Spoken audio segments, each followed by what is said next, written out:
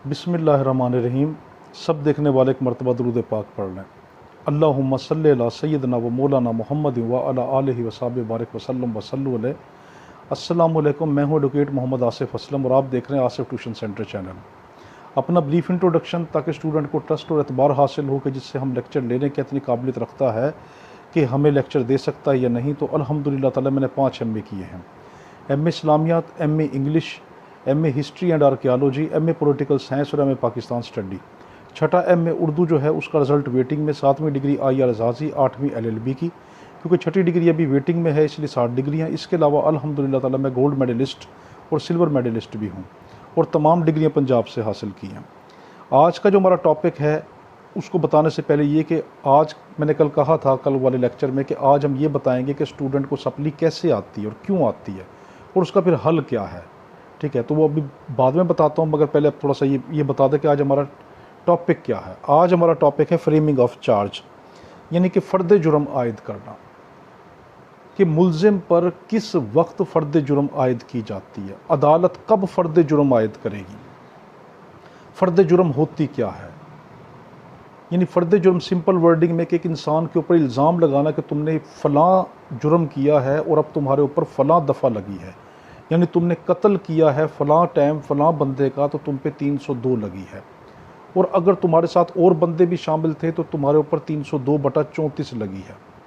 ठीक, तो यानी ये होती फ़र्द जुर्म। अब फ़र्द जुर्म का मतलब ये कि आज हम देखेंगे क्या फ़र्द जुर्म लग जाने के बाद वो तब्दील हो सकती है। क्या ऐसा होता है कि फ़र्द जुर्म लगने के बाद ये प्रूफ हो गया कि वो शख्स जो है मुल्ज़िम हो गया, उसको सज़ा ही मिलेगी, या ये होता है कि हाँ फ़र्द जुर्म एक जुर्म में लगी है मगर सज़ा उस जुर्म में ना हो जिस जुर्म में फ़र्द जुर्म लगी थी, बल्कि सज़ा किसी और जुर्म में हो जाए।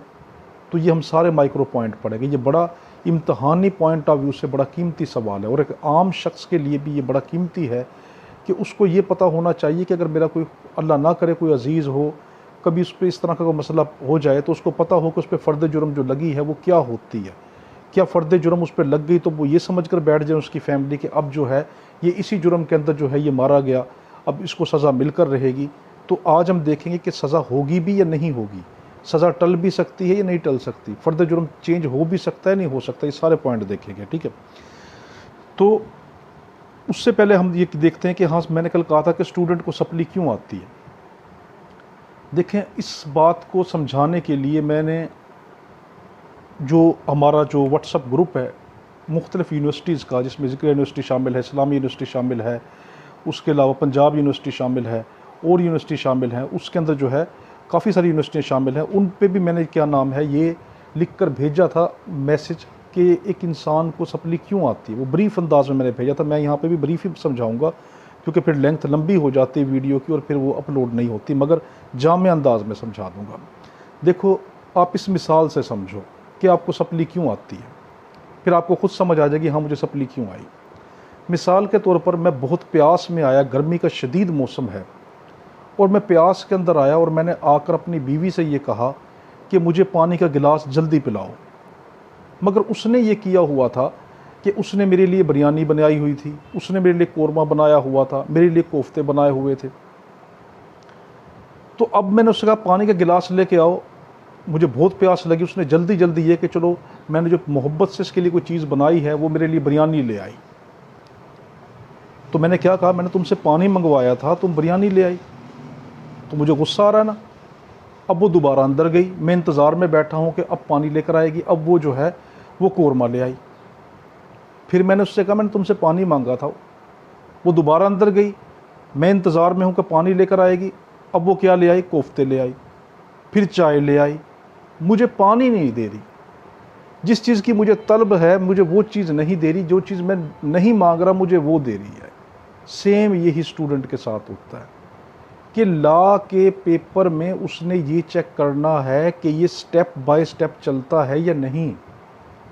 ये और डिग्री नहीं है कि जिसके अंदर गुजारा हो जाए, इसमें स्टेप बाय स्टेप चलते हैं। आपने देखा ना कि पहले पुलिस अरेस्ट करेगी, उसके बाद क्या नाम है रिमांड होगा, रिमांड के बाद क्या नाम है अदालत वो जुडिशल होगा, जुडिशल के बाद फिर उसकी पेशी लगेगी, फिर उसकी ज़मानत अगर होगी तो ठीक है। तो यानी इस तरीके से जो प्रोसीजर है ना, तो अदालत क्या नाम है, कानून भी ये तकाजा करता है कि जो सवाल में पहले पूछा गया पहले वो तो बताओ कि सवाल में क्या पूछा जा रहा है, सवाल कौन सा पूछा जा रहा है और उसमें अपने पहली चीज़ क्या लिखनी है, दूसरी हेडिंग क्या देनी है, तीसरी हेडिंग क्या देनी है, फिर उसकी एक वजाहत कैसे करनी है, फिर एंड के अंदर आकर उसको जो है आपने समअप कैसे करना है। तो ये सवाल का तकाजा होता है और ये तकरीबन तमाम सवालों में एक जैसा होता है, मगर कहीं कहीं ये चेंज भी होता है। तो इस पॉइंट ऑफ व्यू से तो हम अब जो लेक्चर दे रहे हैं ना, वो हम यही दे रहे हैं कि आपको यही समझाएंगे कि आपको अपने पहली हेडिंग क्या देनी है। तो आज हम शुरू कर रहे हैं फ्रेमिंग ऑफ चार्ज। तो ये सवाल जो है ये इम्तहानी पॉइंट ऑफ व्यू से बहुत अहम सवाल है। तो अब आपने इसके अंदर पहली हेडिंग क्या देनी है, आपको हेडिंग भी समझाते जाएंगे, उसके ज़रिए से फिर आपको आसानी होगी। तो मैं जिस तरतीब से बोलता जाऊंगा आप समझना, ये इसी तरतीब से आपने हेडिंग देना शुरू कर देनी है। आप फिर देखें इंशाअल्लाह ताला आपको अगर अल्लाह ने चाहा तो सपनी नहीं आएगी, बाकी अल्लाह ताला की मर्ज़ी कि वो जो चाहे करे। वो तो इज़्ज़ो मंतशा वो तो ज़िल्लो मंतशा, वो जिसको चाहे इज़्ज़त दे जिसको चाहे ज़िल्लत दे दे, वो तो अल्लाह के अख्तियार में है। मगर एक इंसान जो अपना जो एक पैटर्न होता है, जो एक रिक्वायरमेंट है, वो तो हम पूरी कर रहे हैं, बाकी अल्लाह ताला पे आप छोड़ दें, उससे मांगे। तो आज का हमारा टॉपिक है फ्रेमिंग ऑफ चार्ज के फ़र्द जुर्म क्या है, कैसे आयद होती है। इसकी पहली हेडिंग स्टूडेंट आप पेपर में देंगे कि डेफिनेशन अंडर सेक्शन 4 और फिर ब्रैकेट में लिखेंगे सी। ठीक है, पहली हेडिंग डेफिनेशन अंडर सेक्शन 4 और सी, पहली हेडिंग आपकी आ गई। अब आप इसमें क्या लिखेंगे, charge include any head of charge when charge contain more than one head. ठीक है, कि charge include any head of charge when charge contain more than one head, कि चार्ज वो है कि जो कोई जुर्म है कि वो जुर्म जो है उसके कई हेड्स हो सकते हैं, मगर इसके बाद जो अगली हेडिंग देंगे वो उससे कुछ जामिया है, उसके बाद जो अगली है वो उससे भी कुछ जामिया है। अगली हेडिंग देंगे meaning of charge according to Oxford dictionary of law. Meaning of charge according to Oxford dictionary of law, ये आपकी हेडिंग। आगे दूसरी पेपर में, a formal acquisition of a crime usually made at the police station after interrogation. ठीक है, कि police station के अंदर इंटेरोगेशन के बाद जो कोई किसी शख्स के ऊपर एक रस्मी तौर के ऊपर, एक वाज़िया तौर के ऊपर, फॉर्मल तौर के ऊपर, उसके ऊपर बाज़ाब्ता तौर के ऊपर उस पर जो जुर्म आयद किया जाता है, वो हम उसको क्या कहते हैं कि चार्ज कहते हैं, फ्रेमिंग ऑफ चार्ज। मगर ये कानूनी पॉइंट ऑफ व्यू से जो है ये इतनी अथेंटिक नहीं है। ठीक है, क्योंकि बेशक पुलिस चार्ज उस पर फ्रेम करती है, मगर असल चार्ज जो फ्रेम होता है वो अदालत के अंदर होता है, कि जिस टाइम प्रोसिक्यूशन केस को आगे वो लीड कर रहा होता है, तो उस वक्त फ्रेमिंग ऑफ चार्ज होता है। पुलिस की रिपोर्ट को देखने के बाद तमाम जो अभी तक जो प्राइमरी जो है एविडेंस कलेक्ट हुए हैं उनको देखने के बाद फिर फ्रेमिंग ऑफ चार्ज होता है। तो जो अगली डेफिनेशन है ना वो ज़्यादा अहम है। तो आप अगली जो है हेडिंग क्या देंगे, केस लॉ डेफिनेशन। ठीक है, अगर आप साथ ये भी लिख दें तो बड़ा अच्छा हो जाएगा, अगर ना लिखें तो कोई मसला नहीं। वरना क्या लिखेंगे अगली हेडिंग में कि केस लॉ डेफिनेशन, तो वो आगे क्या लिखेंगे, PLD। अगर ये लिखना चाहें तो लिख लें, PLD 1992 सुप्रीम कोर्ट यानी SC, सफ़ा नंबर है 840। अब आप इसमें क्या लिखेंगे, the word charge mean a formal acquisition due to which he may be proceed in a criminal court. ये है, ठीक है, बाज़ाब्ता जो उसकी डेफिनेशन है वो ये है कि ऐसा बाज़ाब्ता उस पर जुर्म आयद करना कि जिसकी बुनियाद पर वो शख्स अब क्रिमिनल कोर्ट में फौजदारी अदालत के अंदर उसके खिलाफ कार्रवाई हो सकती हो। ठीक है, तो यानी ऐसा जुर्म जो आयद कर दिया गया हो बाज़ाब्ता कानूनी तकाजे पूरे करके और उसके ऊपर अब कानूनी कार्रवाई हो सकती हो क्रिमिनल कोर्ट में, तो उसको हम क्या कहते हैं, फ्रेमिंग ऑफ चार्ज कहते हैं, फ़र्द जुर्म आयद करना कहते हैं। अब अगली हेडिंग आप देंगे कि रेलिवेंट प्रोविजंस, कि इस फ़र्द जुर्म को हम पढ़ते वक्त, इसको आयद करते वक्त किन किन कानूनी सेक्शन को देखेंगे, किन किन को मद्देनज़र रखते हैं। तो हम इन कानूनी जो है सेक्शन को मद्देनज़र रखेंगे CRPC की। तो हेडिंग क्या देंगे, रेलिवेंट प्रोविज़न। ठीक है, या रेलिवेंट सेक्शंस, वो आपकी मर्ज़ी। पहले है 221, फिर 222, फिर 223, फिर 227, 228, 229, 230, 236, 237 और 238 CRPC। ठीक है, तो ये तमाम सेक्शन जो हैं ये मद्देनज़र रखी जाती हैं, यानी ये रेलिवेंट सेक्शन है, इनका ताल्लुक़ फ़र्द जुर्म से है। सिंपल वर्डिंग में ये रेलिवेंट सेक्शन है, इनका ताल्लुक़ फ़र्द जुर्म के आयद करने से होता है। अब अगली हेडिंग आप स्टूडेंट क्या देंगे पेपर के लिए कि लीगल रिक्वायरमेंट। देखो इस तरीके से आपकी हेडिंग बनती जा रही है, ठीक है, और कितना ईजी है, ठीक है। कि देखो मैं एक चीज़ पे हैरान होता हूँ कि गाइड बुक लिखी भी इतनी मेहनत से जाती है, मगर उसमें थोड़ी सी अगर ये चेंजेस कर लें लिखते वक्त कि रेलिवेंट सेक्शन के तहत उसको लिख दें, तो उस बच्चे का ना सिर्फ इम्तहान पास हो गया, बल्कि उसका प्रैक्टिकल पॉइंट ऑफ व्यू से उसको आने जब वो प्रैक्टिस के अंदर आएगा उसकी तमाम जो बुनियाद थी मजबूत हो गई। उसको पता चल गया किस सेक्शन के तहत मैंने क्या किया, बेशक वो सेक्शन पेपर में लिखे या ना लिखे, ठीक है, मगर उसको उसने पढ़ी तो है ना, उसके पास एक बुक तो है ना। अब वो क्या करता है, कभी टेक्स्ट बुक में जाता है, टेक्स्ट बुक टफ होती हैं, फिर कभी और बुक में जाता है, उसको वहाँ समझ नहीं आती। ला महला गाइड बुक में जाता है तो गाइड बुक के अंदर क्या नाम है, उसको ये मुश्किल पेश आती है कि हाँ इसके अंदर सिर्फ मुझे मवाद दे दिया गया सिंपल वर्डिंग में, मुझे ये नहीं समझाएगा ये मवाद किस सेक्शन का है, मैं कौन सी दफ़ा लगाऊं, किस दफ़ा के तहत मैं पढ़ रहा हूँ जी, इसी में वो मार खा जाता है। तो काश अगर ऐसा हो कि हाँ जो गाइड बुक्स हमारी हैं उनके अंदर 7 रेलिवेंट सेक्शन बेरेक्ट से उठा के आप दें। अब देखो हम इस आगे जो पढ़ेंगे सारा का सारा इस वाली हेडिंग के बाद जो आगे पढ़ेंगे जिसके अंदर ऑपरेशन ऑफ रेलिवेंट सेक्शन आएगा, तो उसके अंदर आप देखेंगे कि सेक्शन वाइज हम पढ़ रहे हैं, सेक्शन वाइज हमने हेडिंग बना दी। अब डबल काम हो गया कि सेक्शन भी आ गई उसी के अंदर, और उसी के अंदर क्या नाम है, हमारी गाइड बुक भी बन गई, वो नोट्स भी बन गए। तो एक बच्चे को ना तो बेरेक्ट उठाने की कोई जहमत होगी, ना उसको किसी और किताब की तरफ जाने की ज़रूरत होगी, तो वो जो गाइड बुक होगी वो उसके लिए कंप्लीट हो जाएगी। आगे अब क्या कह सकते हैं कि जो रूटीन चल रही है मार्केट में, हम क्या कह सकते हैं। तो और यही हाल नोट्सों का होता है, नोट्सों को भी मैंने देखा है, तो फिर दुख होता है इस चीज़ का कि नहीं, एक बच्चे को आप स्टूडेंट लेवल पे पास करवा रहे हैं, मगर आगे प्रैक्टिस के अंदर वो 5-6 साल मारा गया, 5-6 साल उसको पूछ के गुजारा करना पड़ेगा। कभी मुंशी से पूछेगा यार इसका मतलब क्या है, कभी किसी अपने सीनियर वकील से पूछेगा, कभी अपने कुलीग से पूछेगा यार ये वाली सेक्शन है इसका मतलब क्या है, या ये वाला जुर्म आया इस पर कौन सी सेक्शन लगेगी। वो कहेगा जी आप बेर एक्ट उठा कर देखें, या वो कहेगा मेजर एक्ट उठा कर देखें। अब फिर वो उसकी तरफ मुश्किल की तरफ नहीं जाता, कई मतलब उसको समझ नहीं आती। तो बेहतर क्या है कि मेजर एक्ट बेर एक्ट वगैरह से आप सेक्शन लें, उन्हीं सेक्शन की हेडिंग बनाकर एक गाइड बुक कन्वर्ट कर दें, बस एक नोट्स बना दें। वो नोट्स कितने अच्छे होंगे जो नोट्सों की शक्ल के अंदर आ जाएगा।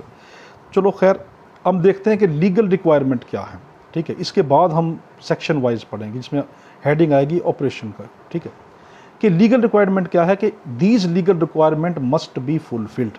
देखो उसके जाने से पहले हमने क्या देखा, अभी तक क्या देखा, हमने ये देखा कि चार्ज किसको कहते हैं, फ्रेमिंग ऑफ चार्ज किसको कहते हैं। फ्रेमिंग ऑफ चार्ज उसको कहते हैं कि एक बाज़ाब्ता तरीके से जब किसी शख्स के ऊपर किसी जुर्म का इल्ज़ाम लगाया जाता है कि अब उस इल्ज़ाम के तहत वो शख्स क्रिमिनल कोर्ट के अंदर उसको पेश होना पड़ सकता है, इसको हम क्या कहते हैं, फ्रेमिंग ऑफ चार्ज। इसकी हमने क्या रेलिवेंट प्रोविजन देख ली, सेक्शन देख लिए कि किस किस दफ़ा के तहत जो है वो फ्रेमिंग ऑफ चार्ज होता है, यानी फ्रेमिंग ऑफ चार्ज में कौन सी रेलिवेंट जो सेक्शंस है वो इसके अंदर इन्वॉल्व हैं। अब अगली हेडिंग स्टूडेंट आप क्या देंगे कि लीगल रिक्वायरमेंट, ये है दीदी, तो फिर नीचे क्या लिखेंगे कि these legal requirement must be fulfilled, ठीक है। अब अगली हेडिंग क्या देंगे, ऑफेंस मस्ट बी स्टेटेड, ठीक, इन रिटन शेप। हेडिंग आ गई कि offence must be stated in written shape. अब क्या अगर नीचे के एक लाइन में लिख देंगे कि the offence must be stated in written shape when charge is framed, ठीक है। पूरी की पूरी वही हेडिंग, वही वाला लफ्ज़, सिर्फ अगला एक लफ्ज़ का आपने क्या इजाफा किया, व्हेन चार्ज इज फ्रेम्ड। आपकी वो हेडिंग की हेडिंग आगे, नीचे सिर्फ एक लफ्ज़ आगे बनाया तो आपकी हेडिंग पूरी हो गई। आगे है कि नेम ऑफ ऑफेंस, अगली हेडिंग के देंगे नेम ऑफ ऑफेंस। अब इसमें क्या लिखेंगे, the charge should give the description of offence by name given by law, ठीक है। कि पहला क्या है, पहली हेडिंग क्या है कि जो फर्द जुर्म हो वो रिटन शेप में होना चाहिए, वो लिखी हालत में होना चाहिए। ज़बानी का कोई कंसेप्ट नहीं है, ज़बानी का कोई मसला नहीं है, ज़बानी हो तो कोई उसका कोई मीनिंग ही नहीं है, ये रिटन शेप में होना चाहिए। पहली हेडिंग क्या है कि offence must be stated in written shape, कि ये लिखाई में होना ज़रूरी है, फ़र्द जुर्म आयद जब करें तो लिखा होना ज़रूरी है। दूसरा कि नेम ऑफ ऑफेंस, कि फ़र्द जुर्म जो आप आयद करेंगे उसका नाम भी लिखेंगे, कौन सा जुर्म है। जुर्म का नाम तो लिखें ना, कत्ल है, मर्डर है, फ्रॉड है, चोरी है, डकैती है, रेप है, क्या है, उसका नाम लिखेंगे। तो क्या हेडिंग क्या देंगे, नेम ऑफ ऑफेंस, आपने हेडिंग दे दी। आगे क्या लिखेंगे, the charge should give the description of offence by name given by a law, कि जो कानून ने उसको जो नाम दिया है उस जुर्म को, आप वो भी लिखेंगे। अगली हेडिंग आप क्या देंगे कि सेक्शन ऑफ लॉ, कि चार्ज को फ्रेम करते वक्त आपको सेक्शन भी लिखनी पड़ेगी। वहाँ तो नाम लिखा कि ये कत्ल का जुर्म है क्या, फिर आगे क्या लिखेंगे, सेक्शन ऑफ लॉ। हेडिंग आ गई, आप स्टूडेंट क्या लिखेंगे पेपर में, सेक्शन ऑफ लॉ। अब आगे क्या लिखेंगे, it must state the relevant section of law against the accuse, के मुल्जिम के खिलाफ जो सेक्शन लगाई गई है, जो दफ़ा लगाई गई है, वो सेक्शन कौन सी है। अगर कत्ल है तो 302 लगी है, ठीक है, ये कौन सी वो लगी है उसके ऊपर, ये डकैती है, चोरी है, ठीक है, कौन सी उस पर जुर्म आयद हुआ है, तो उसकी सेक्शन भी रेलिवेंट लिखेंगे। अगली आप हेडिंग क्या लिखेंगे, डेफिनेशन एंड एक्सप्लेनेशन। तो क्या it must define the relevant law and its explanation. अगली हेडिंग क्या, डेफिनेशन एंड एक्सप्लेनेशन, ये पेपर में आप लिखेंगे। तो नीचे क्या लिखेंगे, it must define the relevant law and its explanation, कि ये उस लॉ को जो उसने कानून बताया है उसकी वजाहत भी बताए। उसने ये तो बता दिया आपके खिलाफ 302 है, अब वो बंदा कहेगा 302, उसको कई ऐसे हैं कि जिनको नहीं पता होता 302 क्या है, तो उसको कत्ल, भी कत्ल है कौन सा है, कत्ल अमद है आपके ऊपर, 302 है, जानबूझ के आपने कत्ल किया है, ठीक है। कत्ल की किस्में, हम जो कत्ल का लेक्चर देखेंगे उसमें उसकी किस्में आएंगी कि कौन सा कत्ल है, किस तरह का कत्ल है। 311 है तो आपने फसाद फिल अर्ज भी किया साथ, ठीक है, तो आगे उसमें वो अलग एक है, वो पीपीसी में जाके देखेंगे। आगे है कि डेफिनेशन, ये आ गया। उसके बाद है avoid all kinds of abbreviation. अगली हेडिंग क्या है, avoid all kinds of abbreviation. तो कि it must avoid all kind of abbreviation, आप ये लिख देंगे कि फ़र्द जुर्म में किसी तरह का कोई मुखफ़फ़ ना हो, ठीक है, मुखफ़फ़ ना हो। मुखफ़फ़ जो होता है कि जो कि किसी चीज़ का जो एब्रीवेशन हम लेते हैं, जैसे एम में, ठीक है, मास्टर ऑफ आर्ट्स, ठीक है, तो इस तरीके से इसका मुखफ़फ़ ना लिखा हो, पूरा नाम लिखा हो बाकायदा के नाम क्या है। जैसे एसपी नहीं, सुपरिटेंडेंट ऑफ पुलिस, तो मुखफ़फ़ एसपी नहीं, सुपरिटेंडेंट ऑफ पुलिस, यानी मुखफ़फ़ ना लिखा हो। तो यहाँ तक का, अब इस तक हमने देख लिया। यहाँ से अब मैं वो वाली बात कर रहा हूँ कि काश गाइड बुक्स में या नोट्स के अंदर जो है ये इस तरह दिया हो। हेडिंग क्या है कि सेक्शन वाइज ऑपरेशन, हेडिंग आप क्या दे दे, सेक्शन वाइज ऑपरेशन। अब हम सेक्शन वाइज पढ़ रहे हैं, बेर एक्ट से है, मेजर एक्ट से है। अब आपको, अब इस लेक्चर के बाद आपको उसकी तरफ जाना ही नहीं पड़ेगा इंशाअल्लाह ताला। तो काश इस तरह की कोई नोट्स हो, कोशिश करेंगे इंशाअल्लाह ताला, अगर वक्त मिलता है तो अल्लाह ताला को सबब बनाता है। आगे है कि 221, पहला सेक्शन हम पढ़ रहे हैं 221। अब इसकी हेडिंग क्या देंगे, चार्ज टू स्टेट ऑफेंस, ठीक है। हेडिंग क्या दी, 221, section 221, charge to state offence. अब आगे क्या लिखेंगे, एवरी चार्ज अंडर, क्या लिखा, चार्ज टू स्टेट ऑफेंस, ये लिखा। हेडिंग कौन सी थी, 221। अब इसके नीचे इसकी सब सेक्शन 1 लिखें, ठीक है। अब क्या लिखा, every charge under this code shall, shall का लफ्ज आया, state the offence with which the accuse is charge. इसमें क्या आया कि every charge under this code shall state the offence. इस कोड के तहत, यानी सीआरपीसी के तहत, हर जुर्म जो चार्ज लगाया गया है वो जुर्म बताया जाएगा कि आपको किस जुर्म का चार्ज लगा है। तो 221 का सब सेक्शन 1 क्या कहता है कि आपको जुर्म का चार्ज बताना पड़ेगा, जो चार्ज लगा रहा है उसका जुर्म भी बताना पड़ेगा। अब अगली हेडिंग देंगे कि 221 सब सेक्शन 2 दे दी हेडिंग। आगे क्या लिखें कि specific name of offence with sufficient description. आ गया specific name of offence with sufficient description, heading आ गई। अब नीचे क्या लिखें, that name which created for it by law and its explanation, कि the name which created for it by law and its explanation, कि उस जुर्म का 221 की सब सेक्शन 2 क्या बताती है, हमें ये बताती है कि जो आपका स्पेसिफिक जो नेम है उस जुर्म का वो लिखें और उसकी साथ सफिशिएंट डिस्क्रिप्शन भी लिखें, उसकी वजाहत भी कर दें कि ये जुर्म क्या है। 302 तो लिख दिया, मगर ये भी लिखें कि 302 का मतलब कत्ल है, और ये भी बताएं कत्ल अमद है। तुमने जानबूझ के कत्ल किया, तुमसे कत्ल ख़ता नहीं हुई, तुमसे कत्ल शबी अमद नहीं हुआ, तुमसे कत्ल बेसबब नहीं हुआ, ठीक है, तुमने जानबूझ के किया है, तुमसे ख़ता के तौर पे नहीं हुआ, ठीक है। अगली हेडिंग क्या दें, 221(3) सबसेक्शन 3, इसकी ये हेडिंग दी। अब इसकी हेडिंग क्या आप देंगे, ये तो आपने लिखी दो सेक्शन की हेडिंग, इसके साथ क्या हेडिंग देंगे, how stated where offence has no specific name, ठीक है, ये हेडिंग आ गई। अब नीचे क्या लिखेंगे, state in simple definition in order to understand by the accused. कोई ऐसा जुर्म कि जिसका कोई ख़ास नाम ही ना हो। हाँ, ऐसे जुर्म कानून में, ऐसे जुर्म भी होते हैं, देखो कानून में सब कुछ नहीं लिखा। ऐसे ऐसे जुर्म आजकल देखने में आ रहे हैं कि जिनका तस्वुर हमारे पिछले लॉ में नहीं है। तो फिर अब आप उस ऐसा जुर्म क्रिएट होगा जिसका कोई ख़ास नाम ही ना हो, तो फिर आप उसको कुछ डेफिनेशन के ज़रिए समझाएंगे, उस मुल्ज़िम को समझाएंगे जिसके ऊपर चार्ज फ्रेम हो रहा है कि तुम्हारे ऊपर फ़लाँ जुर्म है। अब यहाँ तक आपने देखा ना, अब थोड़ा सा पीछे की तरफ मैं लेके जाता हूँ आपको, ताकि ये समझा दो फ़र्द जुर्म क्या है। देखिए, एक शख्स अरेस्ट हुआ, ठीक है, तरतीब से समझे। एक शख्स अरेस्ट हुआ, अरेस्ट होने के बाद पुलिस ने उसके ऊपर दफ़ा लगा दी, उसका रिमांड हुआ, रिमांड दिया गया या उसको डायरेक्ट जुडिशल रिमांड पे भेज दिया, जिस्मानी रिमांड उसका लिया या ना लिया, ठीक है। जुडिशल पे गया, अब उसका ट्रायल शुरू हो गया। ट्रायल शुरू किस वक्त होता है कि जिस टाइम फ़र्द जुर्म आयद की जाती है, यानी फ़र्द जुर्म उस पर किस तरह आयद की जाएगी कि फ़र्द जुर्म आयद करने से पहले जज साहब क्या करेंगे कि उस शख्स को अपने सामने बुलवाएंगे, वो शख्स जिस्मानी हालत के अंदर अदालत में खड़ा होगा, ठीक है, यानी ये शराइत हैं कि वो जिस्मानी हालत में अदालत में खड़ा हो, जज के सामने खड़ा हो, जज उसको अपनी ज़ुबान से ये वाले पढ़कर सुनाएगा, ठीक है, कि मैं तुम पर फ़लाँ फ़र्द जुर्म आयद कर रहा हूँ, ये जुर्म है, इस जुर्म का मतलब ये है, मैं 302 लगा रहा हूँ, इसका मतलब कत्ल है, और कत्ल का मतलब भी जानबूझ के कत्ल है, कत्ल अमद है। क्या तुम्हें भाई समझ आ गया? अगर वो कह देगा हाँ मुझे समझ आ गया, तो कल जो हमने पढ़ा था वो आगे से पूछेगा कि क्या आपने किया है, कि वो प्लीड गिल्टी कहेगा हाँ मैंने किया है, तब वो अलग कि उसको चाहे तो वहीं पे सज़ा सुना दे। अगर वो कहता है मैंने प्लीड गिल्टी नहीं किया, मैं प्लीड गिल्टी नहीं हूँ, मैंने ऐसा नहीं किया, तो फिर अब केस को आगे बढ़ाया जाएगा, ठीक है। तो यानी ये हम देख रहे हैं।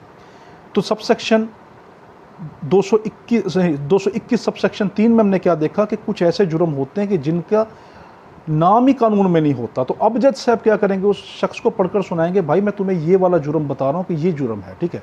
अब जज साहब क्या करेंगे, मैं साथ जज साहब बताता जाऊँगा, तो आपको पता चल रहा है कि हाँ जज साहब ये कर रहे हैं, ठीक है।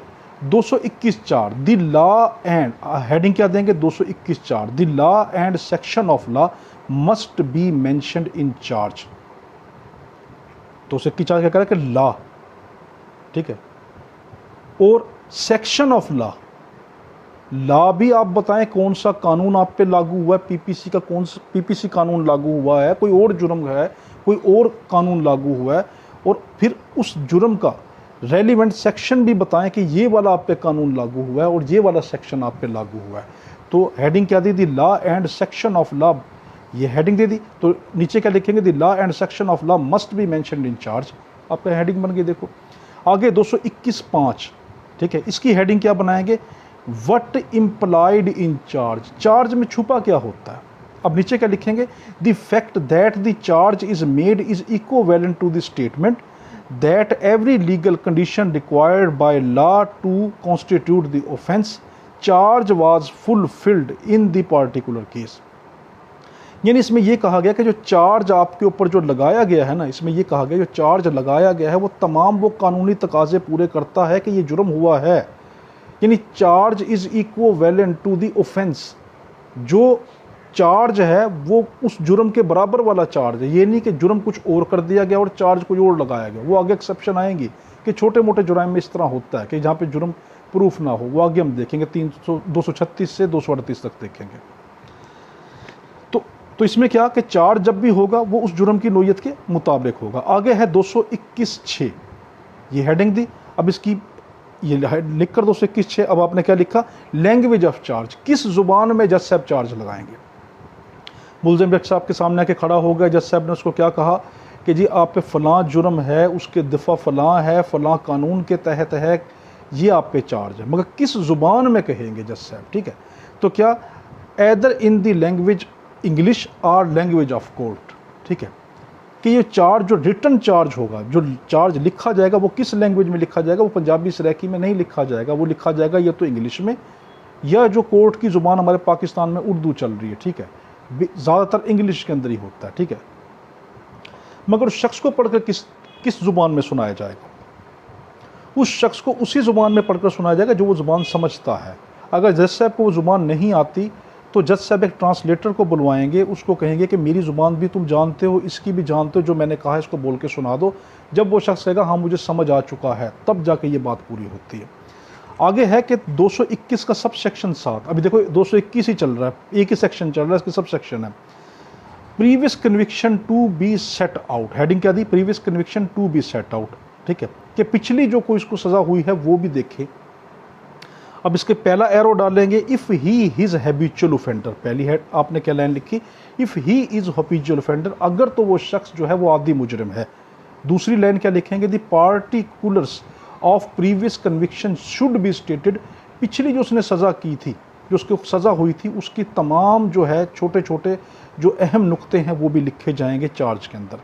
तीसरा क्या है, if may affects it's enhancement of punishment, ये जो वो लिखा गया उसकी पिछली सज़ा, ये उसकी मौजूदा सज़ा को बढ़ा सकती है। हमने कल भी देखा था ना कि 221 का सब सेक्शन 7 कि जिस वक्त जज साहब को सज़ा देंगे तो पिछली सज़ा को मद्देनज़र रखेंगे, ठीक है, कि क्या उसने पीछे को जुर्म किया था तो उसकी जुर्म को बढ़ा सकता है, मौजूदा सज़ा को बढ़ा सकता है। नोट, बड़ा कीमती note, conviction means the conviction by Pakistani court not otherwise, किसी पाकिस्तान के अलावा किसी और मुल्क की अदालत ने अगर उसको कोई सज़ा सुनाई होगी तो उस सज़ा का इफ़ेक्ट पाकिस्तान की सज़ा पे नहीं पड़ेगा, ठीक है।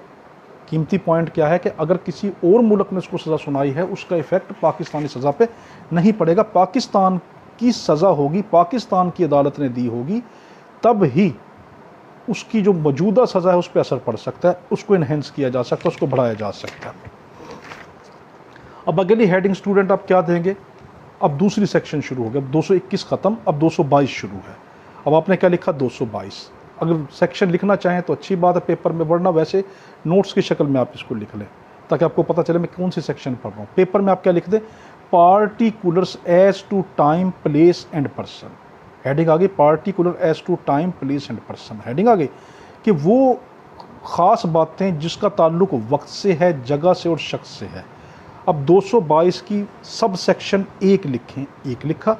अब पहली लाइन क्या लिखा, चार्ज शुड कंटेन, चार्ज में ये चीज़ें होना चाहिए 222 के सब सेक्शन 1 के तहत। पहला, टाइम ऑफ ऑफेंस, कि किस वक्त उसने जुर्म किया था। नंबर 2, प्लेस ऑफ ऑफेंस, उसने किस जगह पर जुर्म किया था, ठीक है, यानी चार्ज में फ़र्द जुर्म के अंदर ये चीज़ें लिखी होती हैं। फिर तीसरा कि पर्सन अगेंस्ट हुम offence has committed was committed, उसने किस शख्स के खिलाफ जुर्म किया है। फिर the thing against which offence was committed, किस चीज़ के खिलाफ उसने जुर्म किया है। अब इसको समझें, 222(1) के तहत जज साहब उसके अंदर फ़र्द जुर्म के अंदर लिखा होगा कि तुमने 21 जनवरी 2016 को शाम 7:35 पर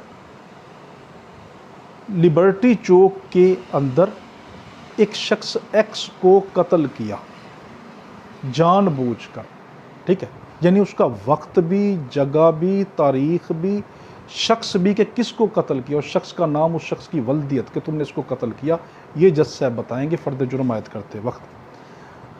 आगे इसकी 222 की सब सेक्शन है 2, ये है ग्रॉस सम ऑफ ऑफेंस, कि अगर तो जुर्म जो है, यहाँ देखो सब कुछ बताया ना, टाइम भी बताया, अमाउंट भी, सब कुछ बताया, मगर इसके अंदर ये चीज़ थोड़ी सी एक्सेप्शन दे दी गई कि अगर वो केस रकम के खुर्द बुर्द करने का हो, यानी वो हो offence of miss appropriation of money, या वो हो कि क्रिमिनल ब्रीच ऑफ ट्रस्ट, अमानत में ख़यानत का अगर कोई जुर्म हो, जिसके अंदर एक सम मनी रखी गई थी, पैसे रखे गए तो उसने वो ले लिया है, या कोई खुर्द बुर्द का कोई केस हो, मिस अप्रोप्रिएशन ऑफ मनी का हो, उसके अंदर एग्जैक्ट उसको अमाउंट बताना, एग्जैक्ट टाइम बताना ये इतना ज़रूरी नहीं होता। उसको मोटी मोटी बात बता दे कि मैंने तुम्हारे पास ये 5 लाख रखे थे, ठीक है जी, और तुमने उसमें से इस तरीके से वो पैसे अब वो ख़राब कर दिए, पैसे तुमने लूट लिए, मेरा फलां कर दिया। एग्जैक्ट डेट भी ना बताएं, क्या इस महीने की, इस साल की जनवरी में मैंने तुम्हारे पास 5 लाख रखे थे, यूँ नहीं कि 5,10,375, इस तरह नहीं। मैंने तुम्हारे पास तकरीबन 5 लाख रखे थे जनवरी जो है 2015 में, तो तुमने क्या नाम है वो खुर्द बुर्द किए, इस तरह। अगली सेक्शन हमारे पास क्या लिखेंगे, अगली सेक्शन 223, ठीक है। अब इसकी हेडिंग स्टूडेंट आप क्या देंगे पेपर के अंदर, when manner of committing offence must be stated, कि जुर्म का अंदाज कब बताया जाएगा कि तुमने किस अंदाज में जुर्म किया, ठीक है।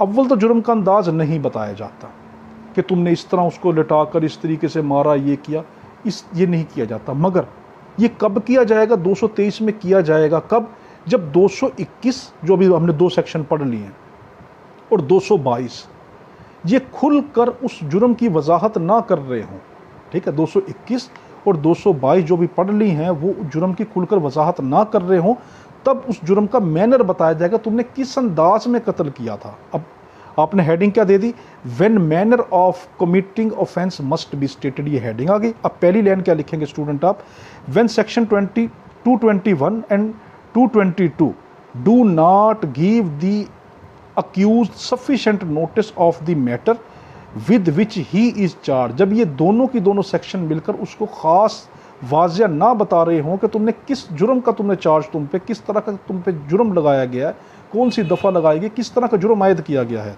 दूसरी लाइन क्या लिखेंगे, the charge shell give sufficient manner in which offence was committed, तब आप उसको वो चार्ज बताएंगे उस सफिशिएंट मैनर में कि तुमने इस तरीके से जुर्म किया है, कि तुम पे जुर्म ये आयद है कि तुम फलां घर के अंदर 15 फरवरी को तुम 2017 की रात को 2:35 पर तुम फलां के घर में, जो कि फलां चौक के अंदर है, घर का नंबर ये है, इस आदमी का घर है, तुम उसमें दाखिल हुए थे, तुमने वहाँ पर फलां फलां चीज़ उठाई, अब तुम्हें समझ आ गया, ठीक है।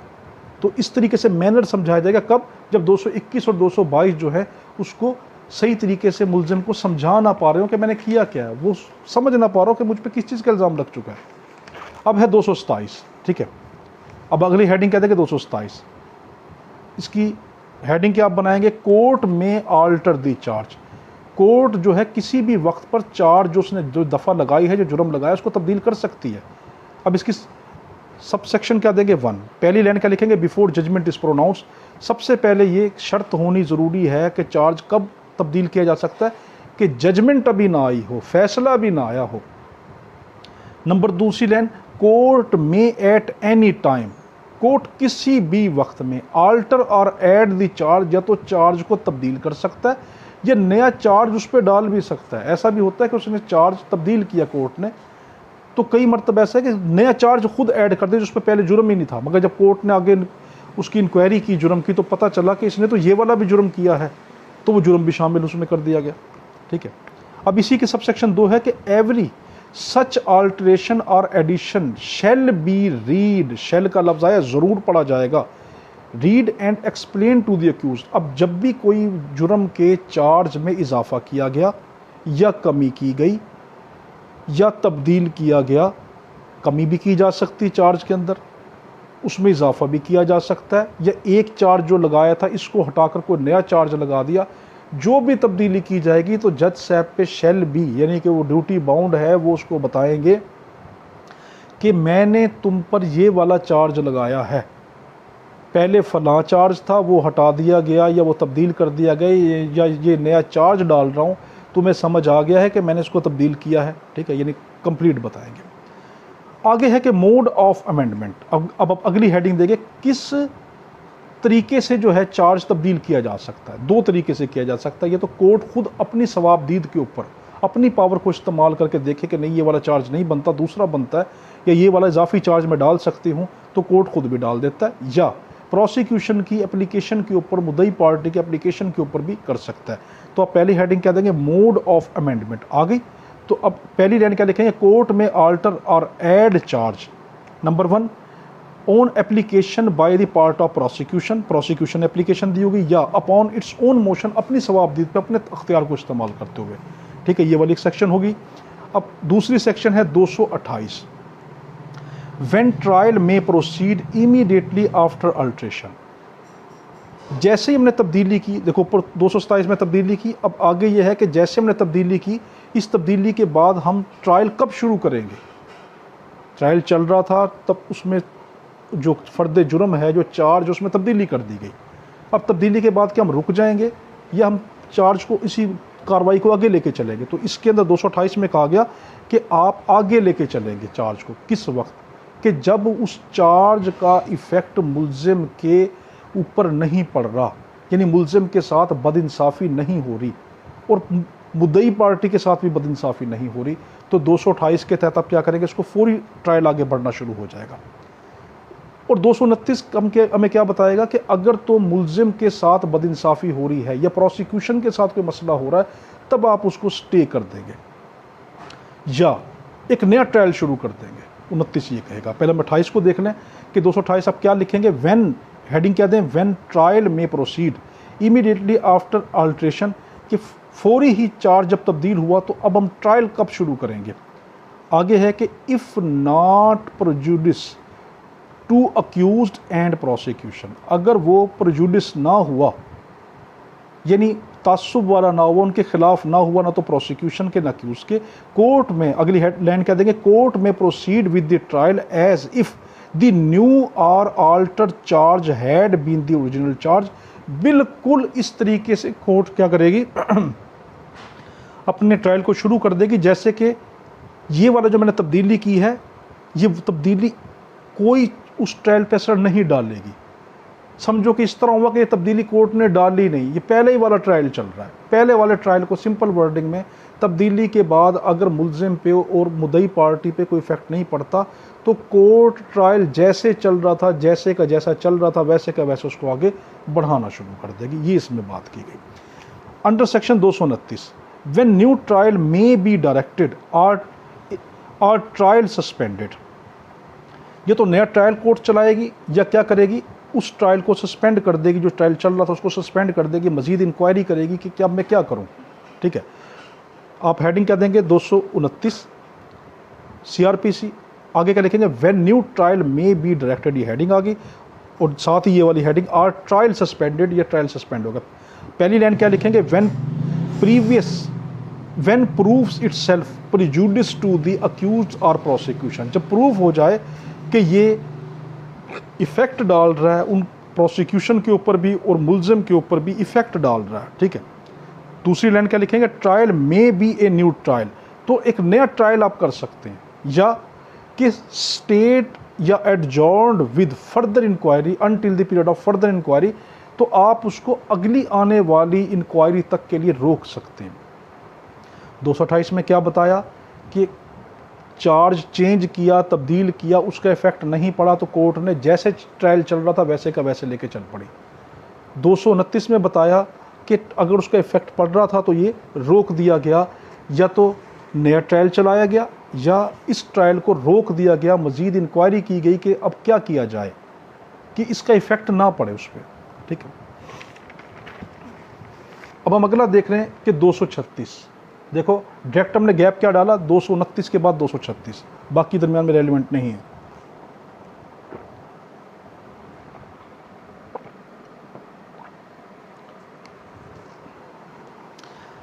आगे है कि अंडर सेक्शन 236 आप हेडिंग क्या देंगे, offence for which person might have been charge. यहां से अब वो शुरू हो रहा है 236 से हमारे पास जो है 238 तक। ठीक है, हमारे पास क्या शुरू चल रहा है कि हाँ, ऐसे चार्जेस कि जिनके अंदर चार्ज कोई और लगा हो और उस शख्स को सज़ा किसी और जुर्म में दे दी गई हो। ठीक है, अब इसको जल्दी जल्दी देखें कि 236 का क्या है कि क्योंकि वीडियो की लेंथ बहुत ज़्यादा हो गई है, तो 236 को क्या देखें कि offence for which person might have been charge. आपने हेडिंग क्या दी स्टूडेंट कि 236 इसकी हेडिंग क्या दी, offence for which person might have been charge, heading दे दी। पहली लाइन क्या लिखेंगे कि but no charge has been framed, ठीक है। आप क्या पढ़ रहे हैं कि offence for which person might have been charge, कि ऐसा जुर्म जिसमें शख्स को चार्ज लग सकता था मगर लगा नहीं, लग सकता था मगर लगा नहीं, तो उसमें भी हम शख्स को सज़ा दे सकते हैं, मगर कैसे। तो हेडिंग क्या दी, offence for which person might have been charge, जिसमें उसको चार्ज लग सकता था। पहली लाइन क्या लिखें, but no charge has been framed, charge नहीं लगा, लग सकता था। दूसरी लाइन क्या लिखेंगे, court can convict the accuse, court जो है चार्ज लगा नहीं मगर लग सकता था, उस शख्स को सज़ा दे सकती है।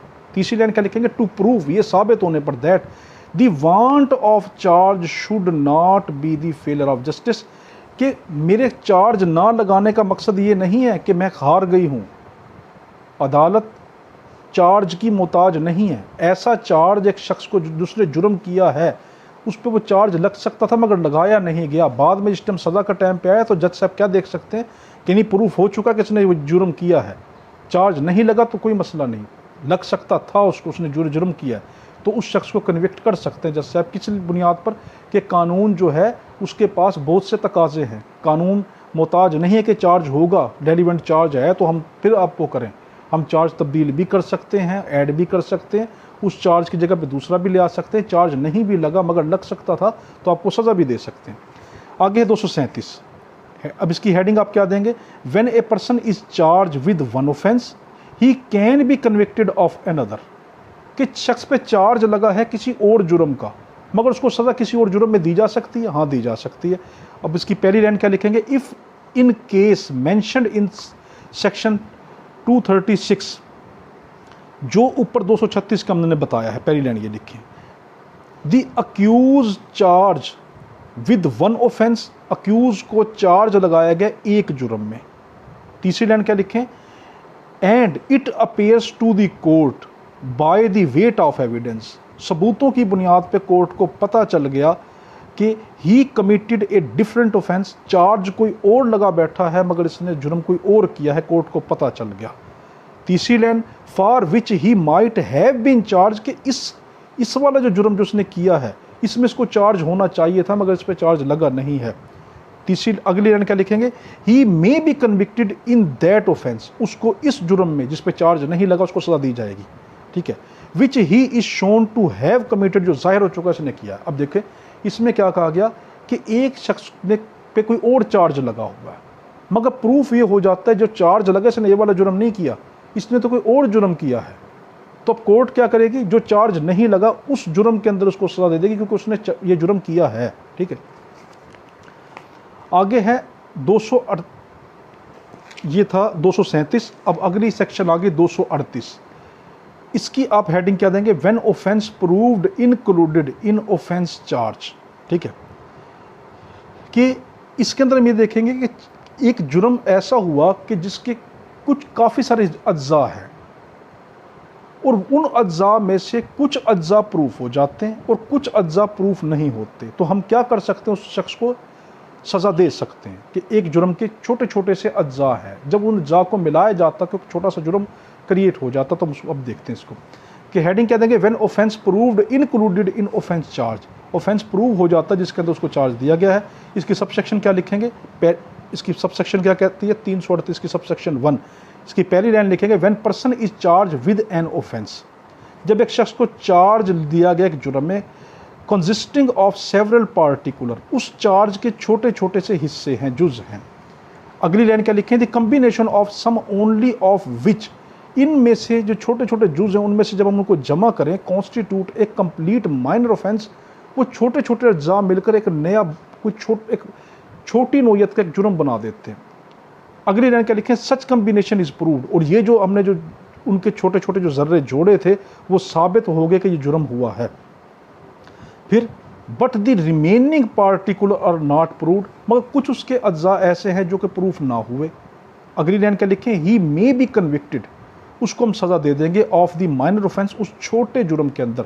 अगली लाइन क्या लिखें, although he was not charge with it, अगरचा कि उसके अंदर उसको चार्ज नहीं लगा। देखो उसमें क्या कहा गया, एक शख्स ने ऐसा जुर्म किया कि जिस जुर्म के अंदर जो है वो उसके छोटे छोटे अज्जा हैं, कहीं पे वो खड़ा हुआ है, कहीं पर उसने मदद की है, कहीं पर उसने जाकर किसी की कोई मशवरा दिया है, छोटे छोटे से जुर्म हैं, ठीक है। इसके छोटे छोटे से अज्जा हैं, उन सारे अज्जा, फॉर एग्जांपल उसके 15 अज्जा हैं, 15 में से हमें 12 प्रूफ हो जाते हैं और बाकी 3 प्रूफ नहीं होते, या 10 प्रूफ हो जाते हैं, 5 प्रूफ नहीं होते। 5 जो 10 प्रूफ हुए हैं अज्जा, वो ये बताते हैं कि नहीं, छोटी नौयत का जुर्म हुआ है। अब हम उस शख्स को क्या करेंगे, उस छोटी नौयत का जुर्म का सज़ा दे देंगे, अगरचा कि उसके वो जो बाकी अज्जा रह गए प्रूफ हुए हों या ना हुए हों, ठीक है। और उस पर चार्ज लगाया हुआ या ना लगाया हुआ, मगर जुर्म के अज्जा प्रूफ हो गए, चार्ज लगा या ना लगा, हमने उसको सज़ा सुना दी। इसी की 238 की सब सेक्शन 2 है। पहली लाइन क्या लिखेंगे, when a person is charge with one offence, जब एक शख्स को एक जुर्म के अंदर चार्ज लगाया गया हो। दूसरी line, and fact are provided which reduce it to a minor offence, और हकीकत और शवाहिद क्या बताते हैं कि इसने एक छोटा सा अलग जुर्म किया। तीसरी line, he may convicted of the minor offence, इसको उस छोटे जुर्म में सज़ा दे देंगे, आल तो he is not charge with it, अगर चाहे उसने जुर्म ना किया। इसमें क्या बात की गई, एक शख्स ने जुर्म किया छोटा सा, ठीक है, और उसको उस पर चार्ज ना लगा तो हम उसके ऊपर सज़ा दे सकते हैं। 238 की ही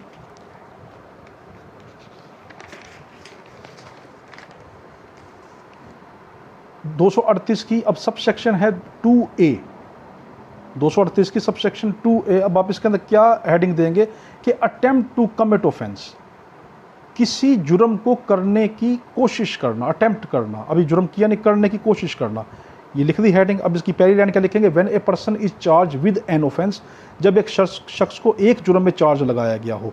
ही may be convicted of an attempt to convict, उसको अटेम्प्ट टू कमिट, हम उसको सज़ा दे सकते हैं उसके जुर्म के करने की, सच ऑफेंस उस जुर्म की। Although the attempt not separately charge, अगरचा के उस अटेम्प्ट के बारे में अलग चार्ज ना दिया गया हो, ठीक है। अब इसमें क्या कहा गया कि एक शख्स ने एक जुर्म को किया, हमने उस पर चार्ज लगाया हुआ है, मगर एक जुर्म जिस पे उसने सिर्फ अटेम्प्ट की थी, कोशिश की थी, मगर हमने उस पर चार्ज नहीं लगाया, तो क्या अटेम्प्ट के ऊपर उसको चार्ज, उसको सज़ा दी जा सकती है, अगरचा के अटेम्प्ट के ऊपर हमने उसको कोई फ़र्द जुर्म आयद नहीं की। क्या अटेम्प्ट जिसके ऊपर फ़र्द जुर्म आयद ना की गई हो, मगर उस शख्स ने अटेम्प्ट की हो, कोशिश तो की हो, मगर उस पर चार्ज ना लगाया गया, तो हम उसको बगैर चार्ज लगाए सज़ा दे सकते हैं? बिल्कुल दे सकते हैं, ठीक है। अब इसी की 238 की सब सेक्शन है 3, a person charge with an offence, एक शख्स को जो है हम चार्ज जो है एक जुर्म में लगाते हैं, can not be convicted of A minor offence, मगर हम उसको छोटे जुर्म में सज़ा नहीं दे सकते। कब? Which require a complaint by aggrieved person, कि अगर वो वाला जुर्म जो है वो ऐसी नोयत का है कि जिसमें जब तक कंप्लेनेंट कोई कंप्लेंट दर्ज नहीं करवाएगा तब तक हम उसको सज़ा नहीं दे सकते। तो 238 की सब सेक्शन 3 क्या कहती है, एक शख्स ने छोटा सा जुर्म किया, मगर वो जुर्म इस नोयत का है कि कानून ये कहता है कि इस जुर्म में तब तक सज़ा नहीं दी जाएगी जब तक कंप्लेनेंट, एग्रीव्ड पर्सन जिसके खिलाफ जुर्म हुआ है, वो खुद एप्लीकेशन मूव ना करे, तब हम उसको खुद ब खुद कोर्ट जो है उसको सज़ा नहीं देगी, ठीक है। तो ऐसा जुर्म जिसके अंदर एक शख्स ने छोटा सा जुर्म किया हो, मगर वो उस जुर्म में जब तक जिसके खिलाफ जुर्म हुआ कंप्लेनेंट खुद कंप्लेन ना करे, तब तक अदालत खुद ब खुद अपनी सवाबदीद पे उसको जुर्म की सज़ा नहीं देती। यहाँ तक हो गया। अब हम आगे देखते हैं, अगली आप heading they purpose of charge, charge का मकसद क्या है। अब एक एक लाइन लिखते चले जाएं, ठीक है, ये आखिरी है। To tell a brief account of alleged crime against the accused, ताकि मुल्जिम को उसको जो उस पर जुर्म लगा है उसके बारे में ब्रीफ अंदाज में बता देना, भाई तुम्हारे खिलाफ फला जुर्म है। दूसरा, intention of prosecution which he will use in near future, और मुद्दई की नीयत भी बता देना कि तुम्हारे खिलाफ फला जुर्म का चार्ज लगा है, मुद्दई की नीयत ये तुम्हारे खिलाफ आगे कार्रवाई की जाएगी। तीसरी line, to prepare accused to defend himself against the charge frame, के मुल्जिम को तैयार कर देना कि तुम्हारे खिलाफ फला चार्ज लगा, भाई तैयारी कर लो, तुम्हारे खिलाफ अब कानूनी कार्रवाई आगे होने वाली है। उसके बाद आगे के charge prove itself as a rule of law, ठीक है, चार्ज अपने आप को खुद ब खुद रूल ऑफ लॉ प्रूव करता है। It's because in history the person without charge may be arrested, कि हिस्ट्री के अंदर ऐसा एक वक्त था, वो हम कभी बाद में देखेंगे, कि शख्स को बगैर बताए अरेस्ट कर लिया जाता था, उसको ये भी नहीं बताया जाता था मुझ पे जुर्म क्या है, वो अपना डिफेंड ही नहीं कर सकता था। तारीख में ऐसे वाक़यात गुजरे कानून नाफिज होने से पहले पहले, ठीक है, कि जो थी जिसकी लाठी उसकी भैंस थी, बगैर किसी को बताए उसको सज़ा दे दी जाती थी। तो चार्ज ये प्रूव कर देता कि अब जिसकी लाठी उसकी भैंस नहीं है, माइट इज़ राइट नहीं है। आगे है कि अगली लाइन लिखे, to ensure the doctrine of law to hear the other side.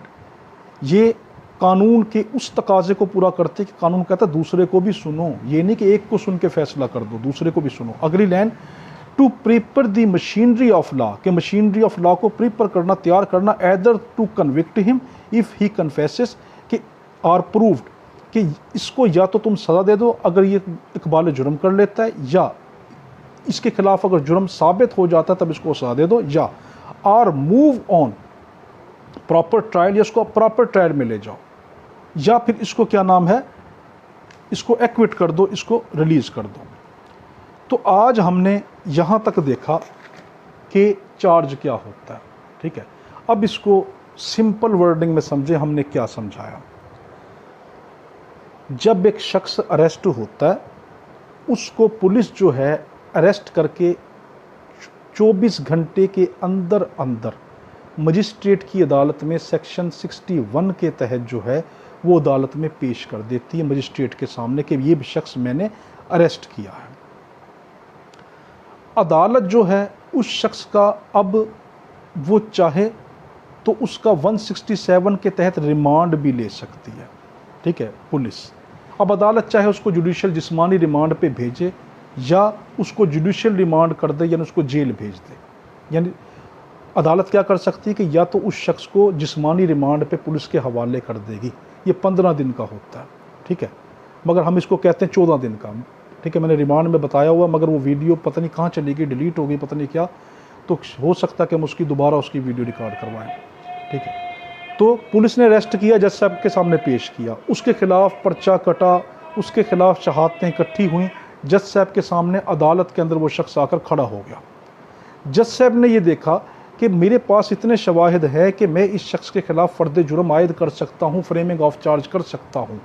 तो अब वो उस मुलजिम के सामने क्या करेगा, फ्रेमिंग ऑफ चार्ज करेगा, यानी उसको अपने सामने खड़ा करेगा। पहली शर्त, वो शख्स अदालत में मुलजिम जज के सामने खड़ा हो, ओपन कोर्ट हो, जज उस शख्स को रिटन शक्ल में लिखा हुआ जो फ्रेमिंग ऑफ चार्ज है तहरीरी शक्ल में लिखा हुआ हो, लैंग्वेज किस लैंग्वेज में लिखा हो, या तो इंग्लिश में लिखा हो या लैंग्वेज ऑफ कोर्ट में लिखा हो, मगर जज उसको किस ज़ुबान में पढ़कर सुनाएगा, उसको उस शख्स की ज़ुबान में पढ़कर सुनाएगा जिसमें वो खुद समझता है, और उसको कहेगा भाई तुम्हारे खिलाफ जो है फ़लाँ जुर्म है, ठीक है, उसको जुर्म की सेक्शन भी बताएगा, उस कानून का हवाला भी देगा कि ये पीपीसी का जुर्म है, या ये क्या नाम है हदूद ऑर्डिनेंस का जुर्म है, या क्या नाम है किसास का जुर्म है, किस तरह का जुर्म है, ठीक है, ये कौन सी नोयत का है।